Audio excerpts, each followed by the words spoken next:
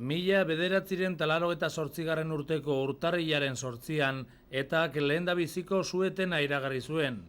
15 egunekoa zen eta borontate ona erakusteko eman zuen. Erabaki hau hartu aurretik Txomin Iturbek eta Eugenio Etxebestek bilera sekretuak izan zituzten Algerren Madrilgo gobernuko ordezkariekin.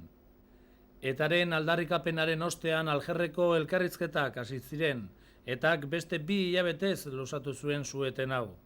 Gero berriro luzatu zen, baina elkarrizketen porrota ikusita, etak apurtutzat eman zuen apirilean.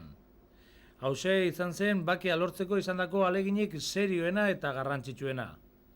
Duela 2 urte, 1996 ekainean, astebeteko suetena iragarri zuen etak.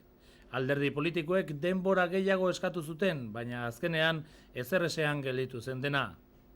Sueten orokor hauez gain, kartzeletako frontean beste sueten bat eman zuen iaz, eta indarrean dago oraindik.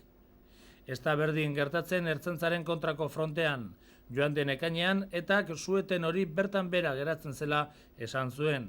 Antza denez, ELA sindikatuak bakarrik zekien sueten hori indarrean zegoela. Bihar hasiko den suetena 3. da eta mugarik gabe ematen den lehena.